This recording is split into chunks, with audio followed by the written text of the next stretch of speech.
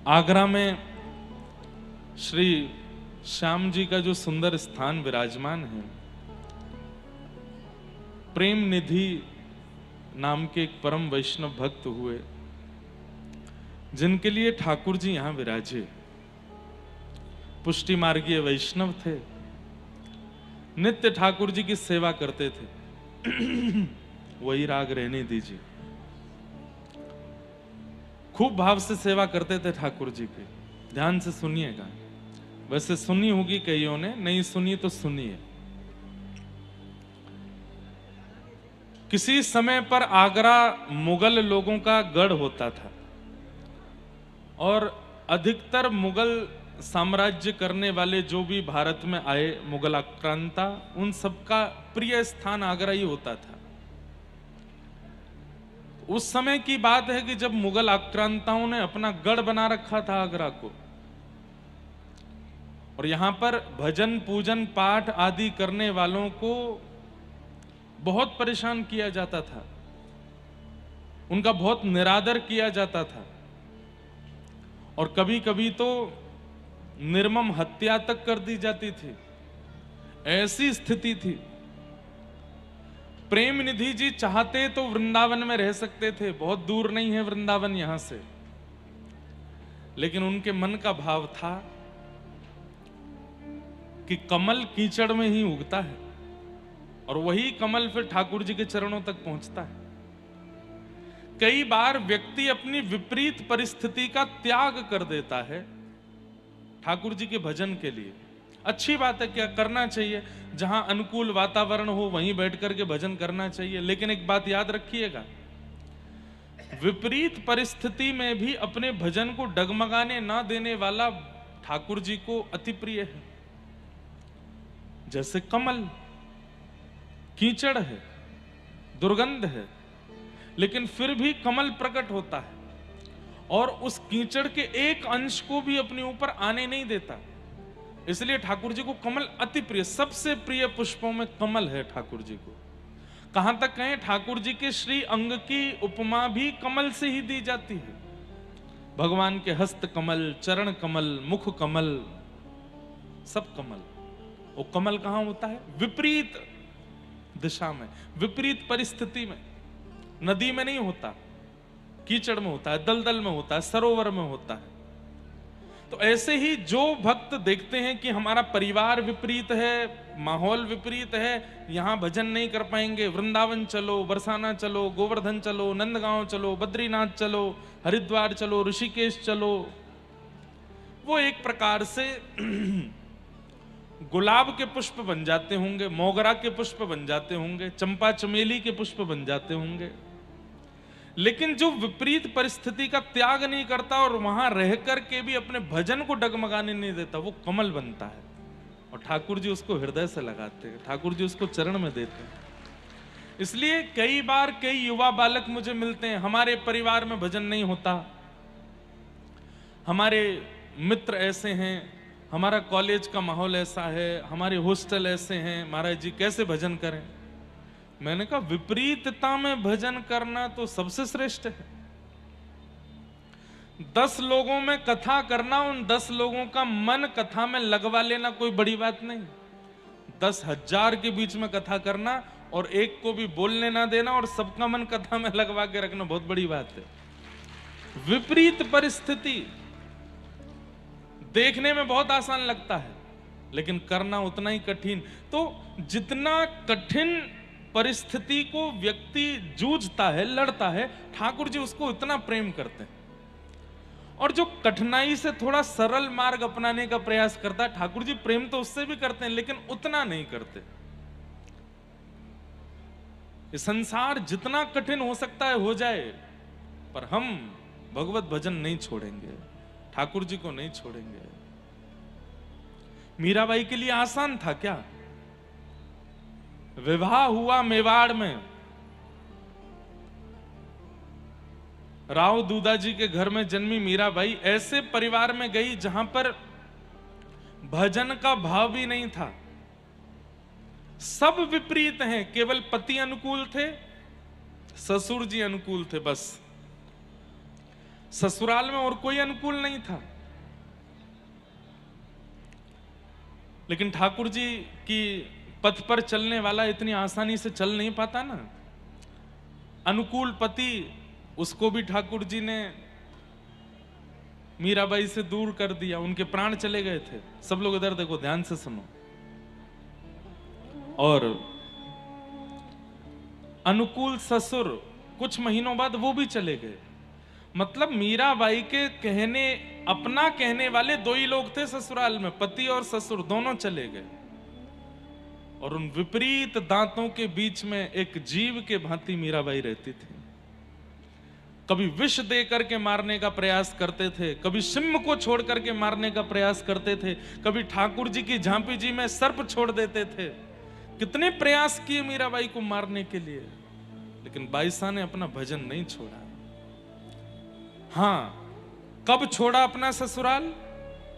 जब मीराबाई को मारने के लिए एक वैद्य से विष बनवाया, और उस विष को जब मीराबाई को पहुंचवाया तो मीराबाई से किसी ने कहा तुम्हारे हरि का चरणामृत है, तो चरणामृत समझ के जब पी गई, नहीं मरी, कुछ नहीं हुआ, और नाचने लगी और निखर गई और तेज बढ़ गया मीराबाई का। तब उनके देवर ने बचा हुआ विष का जो एक दो बूंद थी वो उस वैद्य को पिला दी।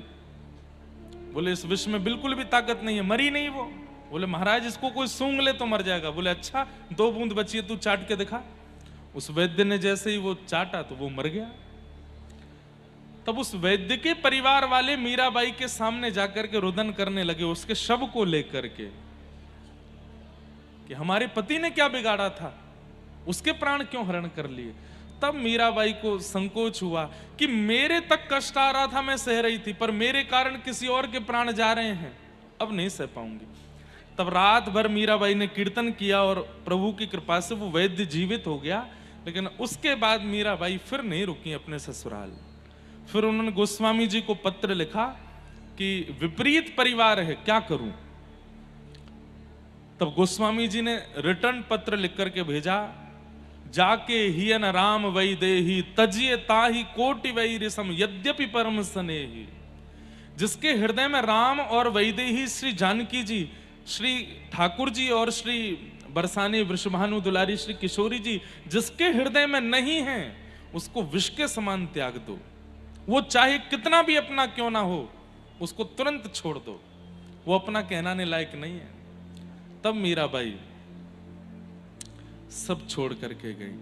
तो मेरा कहने का अभिप्राय, आपके जीवन में बहुत कष्ट आए ऐसा नहीं, बल्कि ईश्वर महादेव कृपा करें कि आप सबका जीवन बहुत सुखमय हो, कभी कोई कष्ट ना आवे, कभी कोई विपरीतता ना आवे। लेकिन ये संसार विपरीतता देता ही देता है, कब तक बचोगे?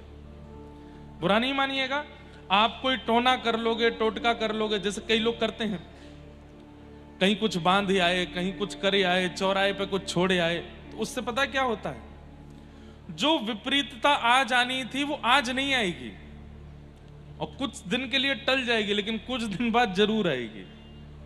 और अगर इस जन्म में टोने टोटकों से बचते ही चले गए, विपरीतता को आने ही नहीं दिया, तो क्या होगा? अगले जन्म में आएगी। इसलिए अभी भोग लो ना।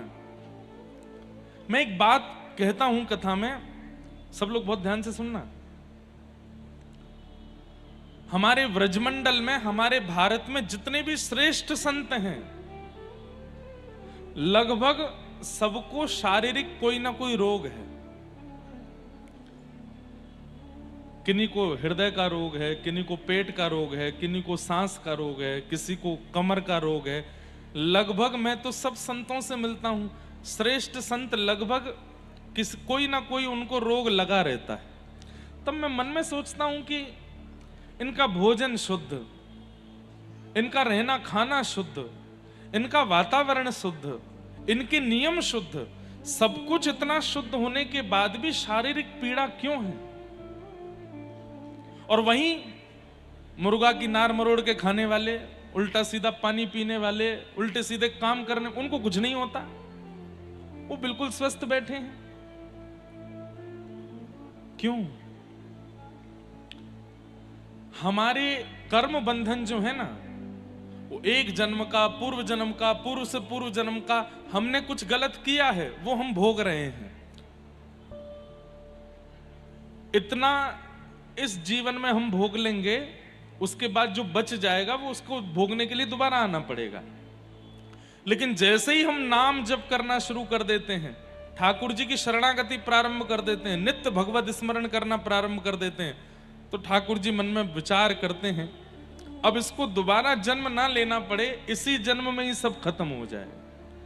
पूर्व का भी जितना है, इस जन्म का भी जितना है, सब कटा करके मुक्त करो।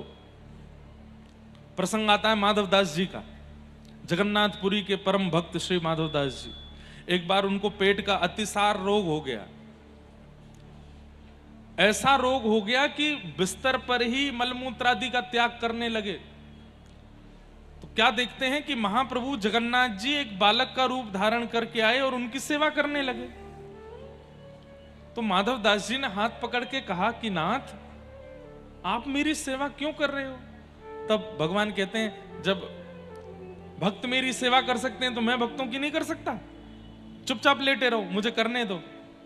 तो माधवदास जी कहते हैं, आप परमात्मा हो, आप साक्षात जगन्नाथ हो, आप यदि चाह लो तो मेरा रोग ठीक कर सकते हो। रोग ठीक नहीं कर रहे हो, सेवा कर रहे हो, ऐसा क्यों? मेरे पेट का दर्द ठीक कर दीजिए ना, मुझे जो रोग हुआ है वो ठीक कर दीजिए, हाथ घुमा दीजिए मेरे सिर के ऊपर। ये रोज रोज मेरी सेवा करने क्यों आते हो? तब ठाकुर जी क्या कहते हैं, माधवदास, यदि तेरे कर्म में जो लिखा है उस रोग को मैंने अभी ठीक कर दिया, तो जो बचा हुआ कष्ट है उसको भोगने के लिए तुझे दोबारा जन्म लेना पड़ेगा। इसलिए तू अभी इसको भोग ले। ये जो कष्ट आ रहा है, इसको, ये जो पीड़ा आ रही है, इसको स्वीकार करके नष्ट कर दे। कहीं ये बच गई, कहीं ये शेष रह गई, तो इसके लिए दोबारा आना पड़ेगा।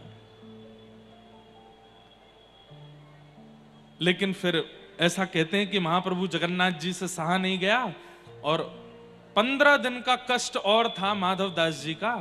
अगले दिन माधवदास जी स्वस्थ हो गए। माधवदास जी बोले, शायद भगवान ने मेरी बात सुन ली, मेरी पीड़ा दूर कर दी। लेकिन पीड़ा दूर नहीं की, ठाकुर जी ने अपने ऊपर ले ली। और आज भी महाप्रभु जगन्नाथ जी 15 दिन के लिए बीमार पड़ते हैं। वो माधवदास जी का रोग अपने ऊपर लिया ठाकुर जी ने।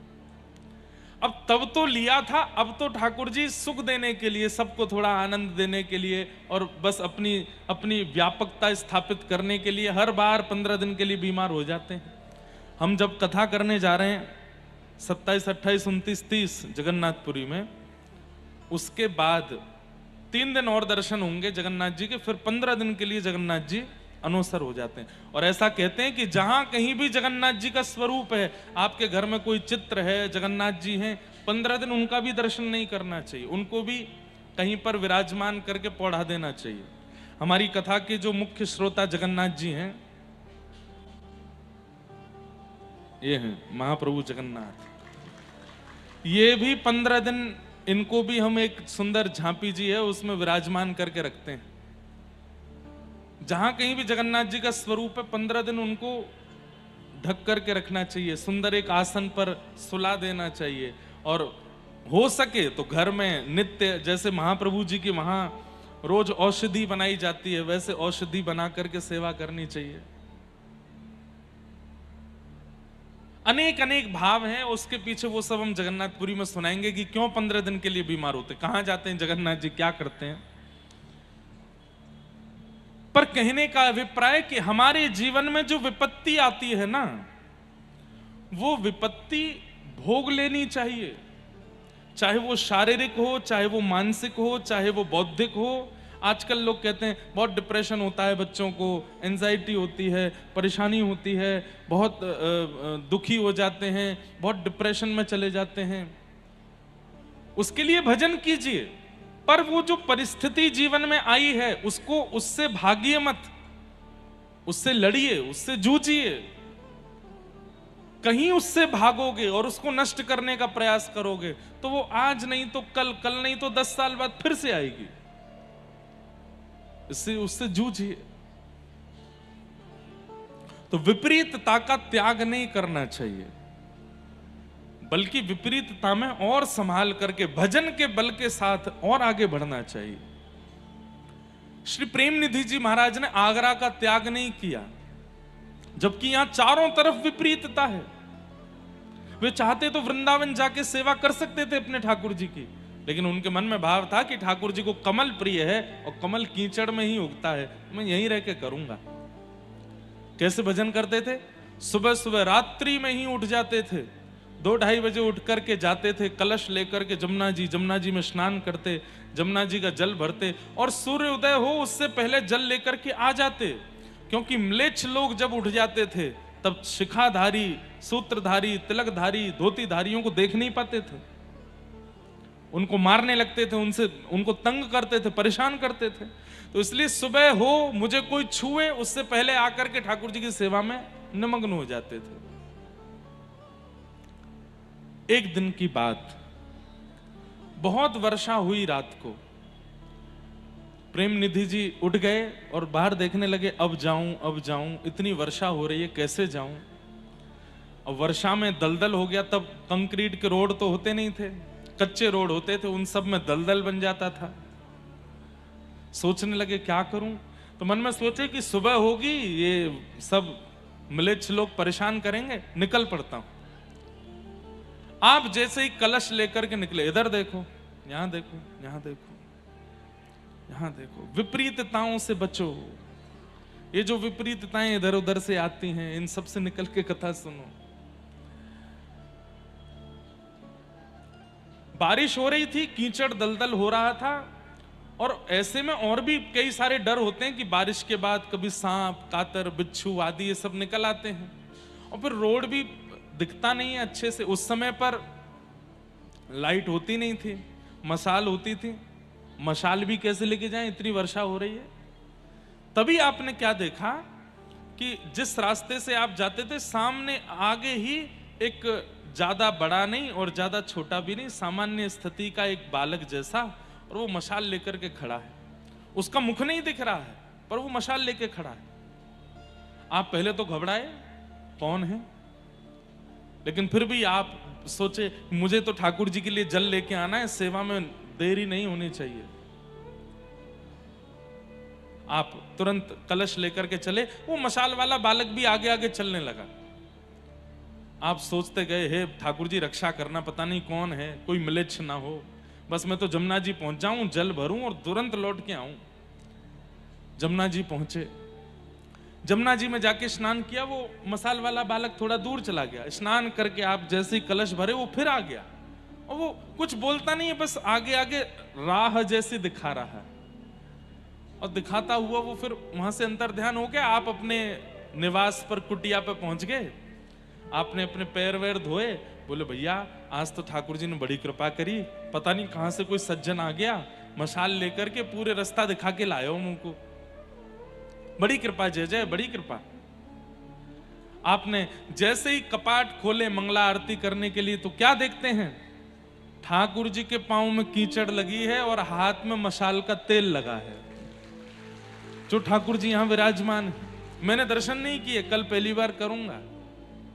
उनके वहां के महाराज जी आए थे एक दिन यहां पर, और ये देख करके प्रेम निधि जी के नेत्र सजल हो गए। जय जय, आप आए, आप मशाल लेकर के चल रहे थे, और मैं आपसे भयभीत हो रहा था। मैं ये सोच रहा था पता नहीं कौन है, लेकिन नाथ बड़ी कृपा आपकी, ठाकुर जी आए। मैं भगतन को दास, भगत मेरे मुकुट मणि। एक बात बताऊं आपको, जैसे हम ठाकुर जी का भजन करते हैं, राधा राधा जपते हैं, कृष्ण कृष्ण जपते हैं, राधे कृष्ण जपते हैं, ऐसे ही ठाकुर जी हमारा कीर्तन करते हैं। जब ठाकुर जी को लगता है कि मुझसे कोई बहुत प्रेम करने वाला परम वैष्णव भक्त हो गया है, तो ठाकुर जी उसके नाम का कीर्तन बना लेते हैं, और फिर ठाकुर जी उसके नाम का कीर्तन करते हैं। अनुप्रजाम में हम नित्यम पूये ये तन्य रेणु भी। बोले आप किसका ध्यान करते हो, आप किसका चिंतन करते हो, आप किसका भजन करते हो नाथ? तब ठाकुर जी कहते हैं मुझे अनन्य रूप से भजने वाले भक्तों का चिंतन मैं करता हूं। और कोई रमेश नाम का भक्त है तो ठाकुर जी उसके नाम का कीर्तन बना लेते होंगे, रमेश रमेश रमेश, मेरो प्यारो रमेश, मेरो दुलारो रमेश, मेरो नीको रमेश। अब मीराबाई का क्या कीर्तन करते होंगे, मीरा गोपाल मीरा गोपाल मीरा गोपाल मीरा गोपाल। मीरा गोपाल मीरा गोपाल बोलते रहोगे तो धीरे धीरे मेरा गोपाल बोलने लगेगा। ऐसे ठाकुर जी मीराबाई का कीर्तन करते हैं। पंढरपुर महाराष्ट्र में तो प्रसिद्धि है, ज्ञानोबा तुकाराम ज्ञानोबा तुकाराम ज्ञानोबा तुकाराम। ये ठाकुर जी कीर्तन करते हैं और ऐसा कीर्तन करते हुए वहां के पुजारी जी को दिखे रुक्मणी जी मृदंग बजा रही हैं और ठाकुर जी करताल लेकर के भक्त का नाम गा करके कीर्तन कर रहे हैं। मेरा आपका नहीं करते होंगे क्योंकि हम अभी उस श्रेणी में आए ही नहीं, पर हां हमारे ब्रज के कई ऐसे महापुरुष हैं, अब जिसका भी चिंतन आ रहा हो चित्त में ब्रज का नाम लेके उसका कीर्तन करते होंगे ठाकुर जी, उनका कीर्तन करते होंगे। ठाकुर जी भक्तों का कीर्तन करते हैं। ठाकुर जी के पैरों में कीचड़ लगी देखी, हाथ में मशाल की वो तेल लगी देखी, प्रेम निधि जी के नेत्र सजल हो गए। जय जय आपने श्रम क्यों किया, ये मेरी सेवा है, मुझे करने दीजिए, आप क्यों श्रमित हुए। चरणों में गिर के खूब रोए, चरण धोए ठाकुर जी के, हाथ पोंछे, स्नान आदि कराए, सेवा करी। तब से प्रेम निधि जी इतने गंभीर हो गए, गंभीर मतलब अब भावुक रहने लगे। अब बस वो जैसे ही अपने ठाकुर जी को देखते हैं आंखों से आंसू गिरने लगते हैं, उनको वही बात याद आने लगती है। बंधुओं, ये तो कृपा करके प्रार्थना करो ठाकुर जी से कि नाथ भले ही प्रत्यक्ष मत दिखना, पर जीवन जिस सहारे हम जी लें ऐसा एक अनुभव करा देना जिस अनुभव को याद करके ही हम रोते रहें, एक अनुभव करा देना। प्रेम निधि जी को एक ऐसा अनुभव प्राप्त हो गया, उस अनुभव में ही वे रोते रहते हैं, रमे रहते हैं। कीर्तन करने लगे, कथा करने लगे, सत्संग करने लगे। आगरा के जो गिने चुने कुछ वैष्णव लोग थे वे सब वहां जाने लगे और जाकर के प्रेम निधि जी का सत्संग सुनने लगे, ठाकुर जी का दर्शन करते और उनके कथा वार्ता सुनते। 2 से 4, 4 से 5, 5 से 15, 15 से 20, 50, 100, 200। जब भीड़ बढ़ने लगी तो धीरे धीरे मिलेच्छों की नजरों में आ गए। कौन है ये? इतने वैश्य समाज के, वैष्णव समाज के, हिंदू समाज के लोग कहां जाते हैं? बोले प्रेम निधि नाम का व्यक्ति है, उसका प्रवचन सुनने जाते हैं। जाकर के बादशाह से शिकायत कर दी। बोले कि ये अब शिकायत में तो कुछ भी कह देते हैं ना। अच्छा, शिकायत और दोष उन्हीं को दिखते हैं जो कभी पास गए ही नहीं। दोष 2 लोगों को दिखाई देते हैं, ध्यान से सुनिएगा। दोष 2 लोगों को दिखाई देते हैं, एक तो अति सामीप्य वाले को और एक अति दूर वाले को। 2 ही लोगों को दोष दिखते हैं। अति सामीप्य वाले को दोष कैसे दिखता है? अब वो संग ही रहता है, संग ही खाता है, संग ही बैठता है, संग ही घूमता है, तो धीरे धीरे उसको दोष दिखने लगता है। अच्छा ऐसे ही है, हाँ ये तो ऐसे ही खा जाते हैं, ऐसे ही बैठ जाते हैं, ऐसे ही बैठ लेते हैं। और एक अति दूर जो कभी आया ही नहीं है पास में, बस सुनी सुनाई बातों पर ही दोष देखने लगता है। और हम मानवों की एक क्वालिटी है कि हम दोष क्षण भर में देख लेते हैं, गुण देखने में पूरा जीवन निकल जाता है, गुण नहीं दिखता। बादशाह के पास जाकर के दोष बताने लगे। अरे वहां तो ऐसा होता है, उस सत्संग में तो हम लोगों की विपरीत बातें बताई जाती हैं, हम लोगों से दुश्मनी कैसे हो ये सब सिखाया जाता है, आदि आदि बढ़ा चढ़ा करके बना करके बातें बोल दी। बादशाह ने आज्ञा दे दी, पकड़ करके लाओ। प्रेम निधि जी अपने ठाकुर जी की जल झारी भर करके, और जल झारी जी पधराने वाले थे, इतने में ही सैनिक आ गए और सैनिकों ने आकर के हाथ पकड़ा। तो प्रेम निधि जी बोले मैं चल रहा हूं, भाई झारी जी पधराने दो ठाकुर जी की। झारी जी भी नहीं रखने दी, ऐसे ही लेकर के गए। बहुत रोए, बोले कि अरे मेरे जय जय को प्यास लगेगी, कहां पिएंगे, नेक मुझ जल तो पधरान दो, तुम जहां कहोगे मैं चलवे को तैयार हूं, नेक जल तो रखन दो। लेकिन उन्होंने जल भी नहीं रखने दिया। बादशाह के सामने गए, बादशाह ने कहा इनका जो करना है बाद में देखेंगे, अभी इनको तय खाने में डालो। तय खाने में डाल दिया। उसी रात्रि को ही रो रहे थे, बोले मेरे जय जय को प्यास लगी होगी, जल झारी नहीं पधरा पायो। वैष्णव जो होता है ना, जैसे एक माँ को अपने बालक की चिंता रहती है, प्रियतम को अपनी प्रियतमा की चिंता रहती है, ऐसी वैष्णव को पूरे दिन अपने ठाकुर जी की चिंता लगी रहती है। वो कथा में भी आते हैं ना, तो ये सोचते हैं कथा अभी 7:30-8 बजे तक कथा में रहेंगे, फिर जय जय के काजे जाके प्रसादी बनानी है, 8:30-9 बजे तक शयन कराना है। आज शयन, अब गर्मी बहुत हो गई है, कूलर नहीं एसी होना चाहिए, जय जय की सेवा में कछु ऐसा पहुंचना चाहिए, चंदन घिस करके छाती पे लगाऊंगो, ऐसे वस्त्र पहनाऊंगा, ये सब चिंता बनी रहती है।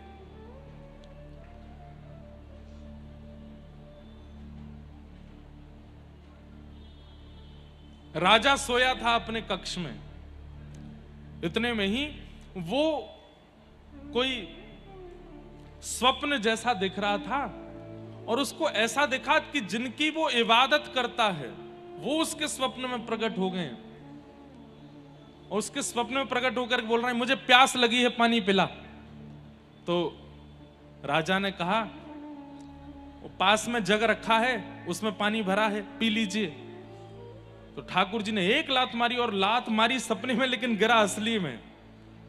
और जब गिरा तो घबरा गया, क्या हुआ? बोले अरे दुष्ट, जब तुझे प्यास लगती है तो तू भी अपने सेवकों को कहता है, वे ला करके तुझे पानी पिलाते हैं। एक सामान्य से प्रांत का राजा होकर के भी तू अपने सेवकों के हाथ से पानी पीता है।